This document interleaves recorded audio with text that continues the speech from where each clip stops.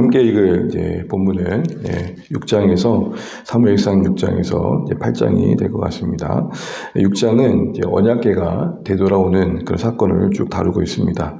우리가 어제 봤던 것처럼 이스라엘 백성들이 블레셋과 전쟁을 하게 될 때에 그들이 언약궤가 자신들과 함께하면 이길 수 있겠다라는 생각으로 전쟁의 현장에 언약궤를 가져오죠. 그런 발상 자체가 언약궤를 이용해서 곧 하나님을 수단화해서 자신의 승리를 얻겠다라는 생각이었습니다. 언약궤만 있으면 하나님은 자동적으로 그들과 함께한다는 생각 자체가 그들 자신을 돌아볼 수 있는 그런 모습들은 전혀 없고 자신들 안에 변화될 모습은 찾지 못하고 하나님을 자꾸 방법으로 사용하고 있는 모습이었던 거죠. 그 과정 속에서 하나님께서는 자신의 영광을 지키십니다. 어제 봤던 것처럼 다곤 신상이 무릎 꿇게 되고 머리와 손목이 끊어지게 되죠. 결국은 이 블레셋 사람들 스스로가 언약궤를 우리 가운데 둘 수 없다. 그래서 어떻게 하면 되돌려 보내겠느냐라는 고민까지 하게 됩니다.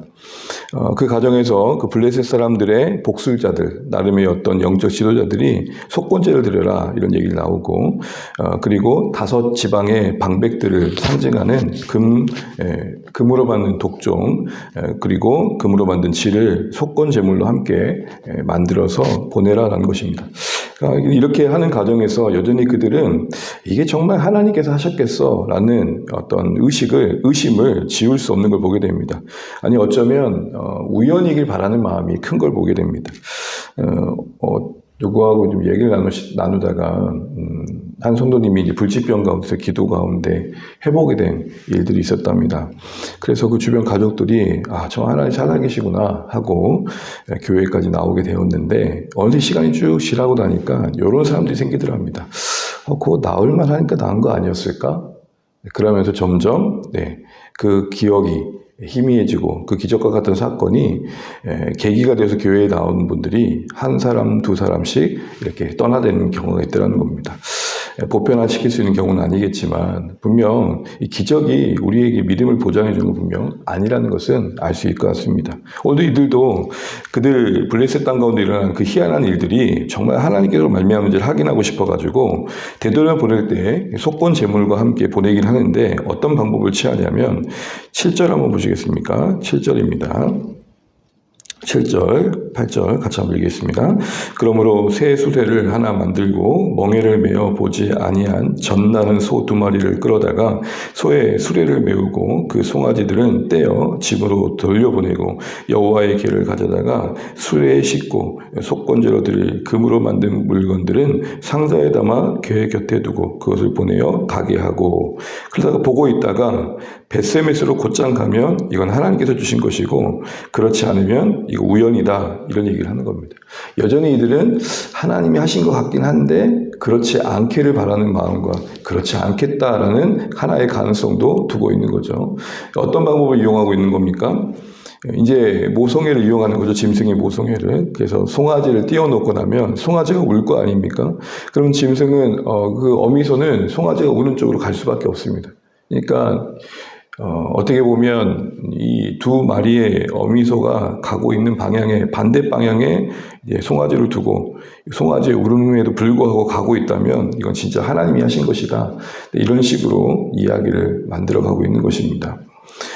결국 그들은 끝까지 지켜보다가 이게 하나님이 하셨다는 것을 인정하게 됩니다. 그리고 다시 돌아오게 되고 이 돌아온 궤를 받아들인 이 벳세메스의 사람들은 아주 놀란 마음에 그 수레를 장작 삼고 그 끌었던 어미소를 제물 삼아서 번제를 드렸다라는 내용이 14절에 나옵니다.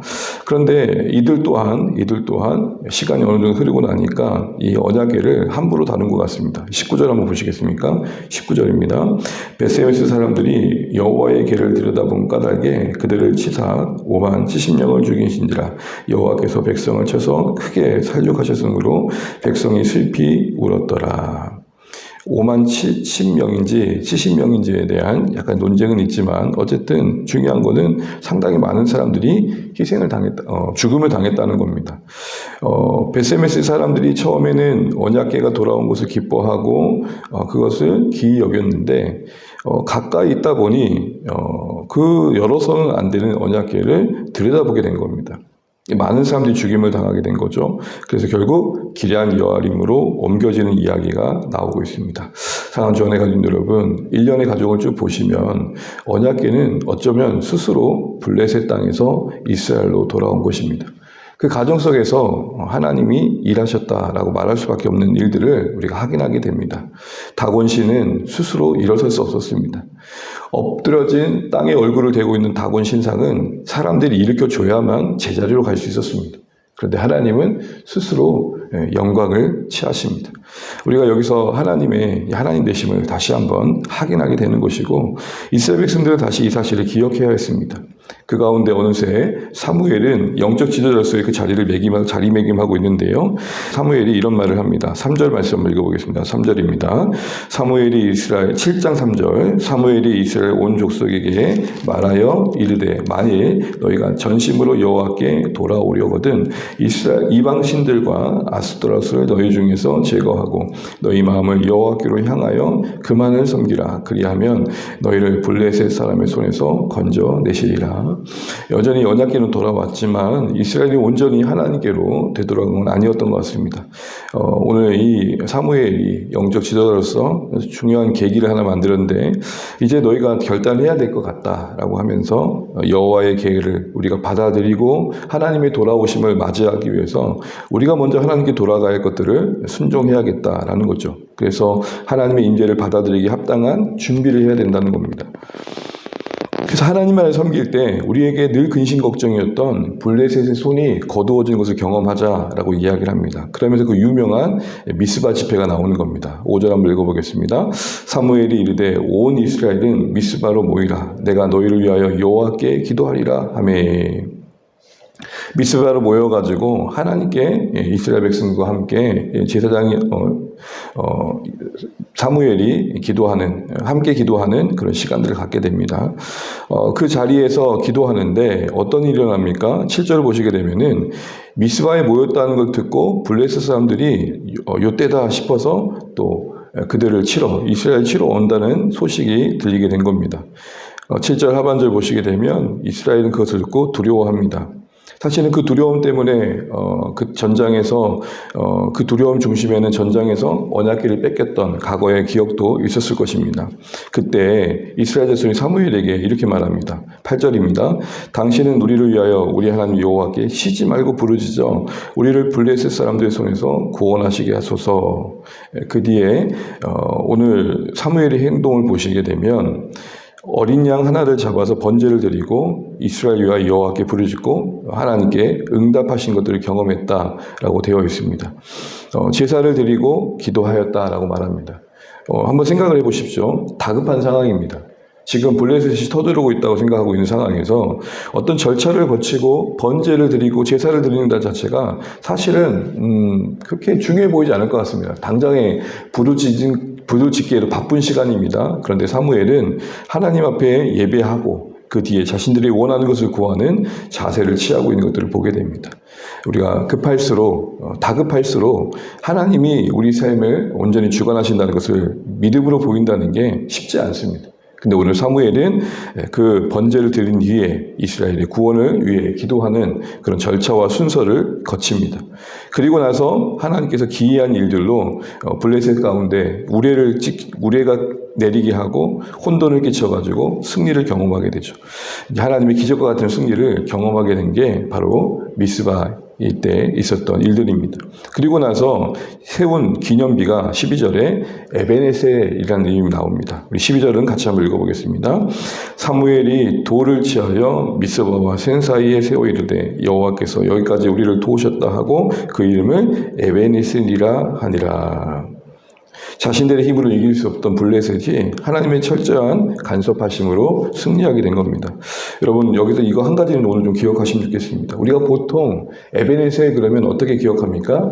여기까지 도우신 하나님. 그런데 여러분 오늘 에베네셀이 등장하는 배경은 뭐냐면 그들이 전혀 아무것도 한 것이 없는 상황에서 등장하고 있다는 것을 기억하셔야 됩니다. 여러분 오늘 사무엘이 그들을 대신하여 간절히 기도했던 것 외에 이스라엘이 한 게 뭐가 있습니까? 두려워하고 염려했을 것뿐이죠. 그러니까 우리는 보통 에베네셀 그러면 다 틀렸다고 할 수 없지만 여기까지 도우신 하나님 정도입니다. 그런데 원래 에베네셀의 맥락은 뭐였냐면 하나님이 없이는 아무것도 할 수 없는 우리라는 것입니다. 그 의미가 더 절박하고 간절합니다. 그냥 신앙적 교양으로 에베네셀 하나님이시죠.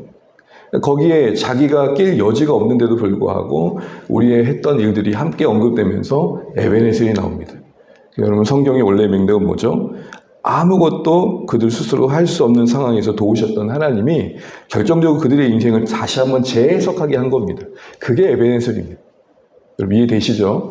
돌아보니 하나님이 도우셨네요가 아니라 미스바에서의 사건을 계기로 하나님 없이는 절대 안 되었던 일들이었네요. 그게 에베네셀입니다.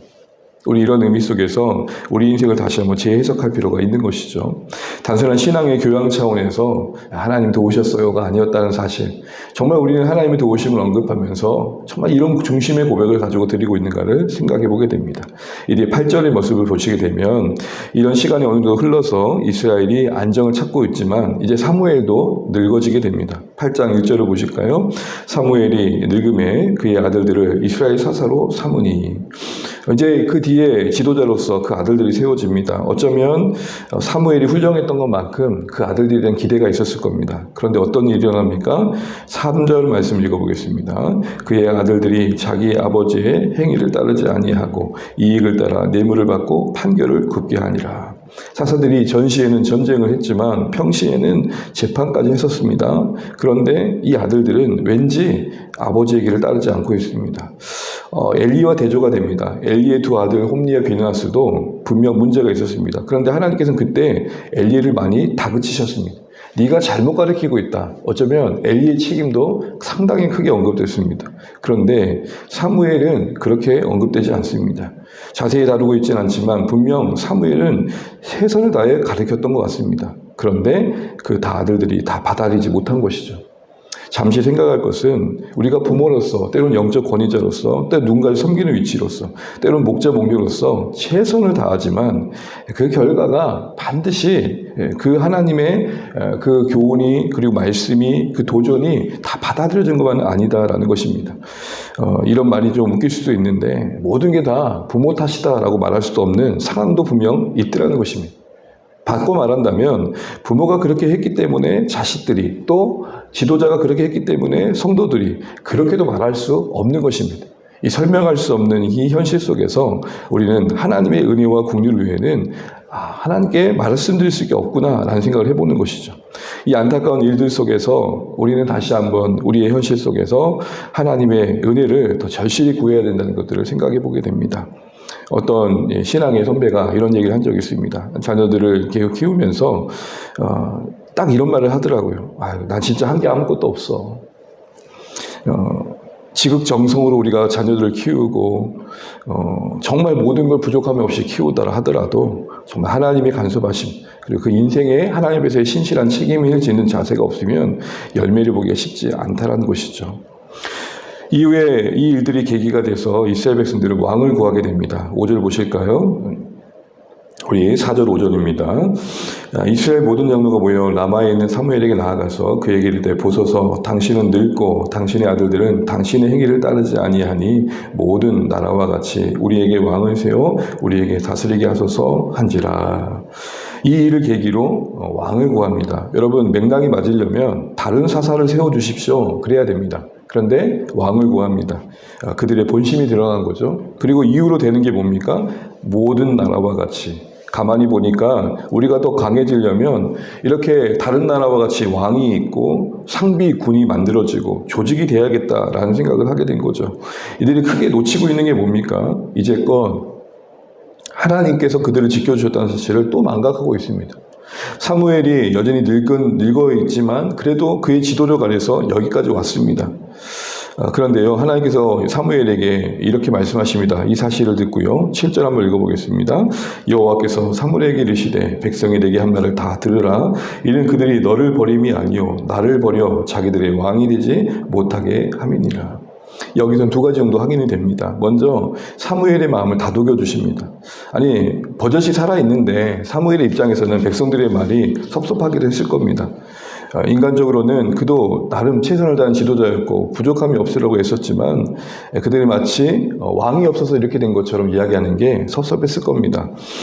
그런 사무엘의 마음을 다독이라고 하듯이 이렇게 말합니다. 아이고 사무엘아, 네 버린 게 아니라 나 버린 거야.